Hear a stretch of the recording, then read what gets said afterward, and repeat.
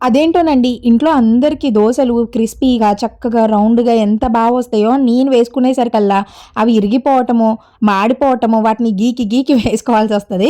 అందుకే నేను iron pan వాడుతూ ఉంటాను కదా! ఎప్పటికప్పుడు దాన్ని నీట్‌గా క్లీన్ చేసుకున్నాము అంటే దోసలు చాలా క్రిస్పీగా, నీట్‌గా వస్తూ ఉంటాయి. నేనైతే దీన్ని క్లీన్ చేయటానికి ఇట్లాగా స్టవ్ మీద పెట్టేసి అది బాగా వేడవుతున్నప్పుడు కొంచెం బేకింగ్ సోడా, అలాగే కొంచెం వాటరు, నిమ్మరసంని వేసేసి ఇలా బాగా వేడి చేస్తున్నామనుకోండి, మనము రోజు దోసలు వేస్తూ ఉంటాం కాబట్టి చుట్టూరంతా కూడా గ్రీజీ లాగా పట్టేసిద్దనమాట.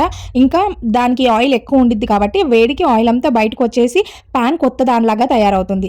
ఏదైనా స్క్రబ్బర్‌ని తీసుకొని అది కొంచెం గోరువెచ్చగా ఉన్నప్పుడే రుద్దుతూ క్లీన్ చేయండి. ఆ తర్వాత వాటర్‌తో వాష్ చేస్తే సరిపోతుంది.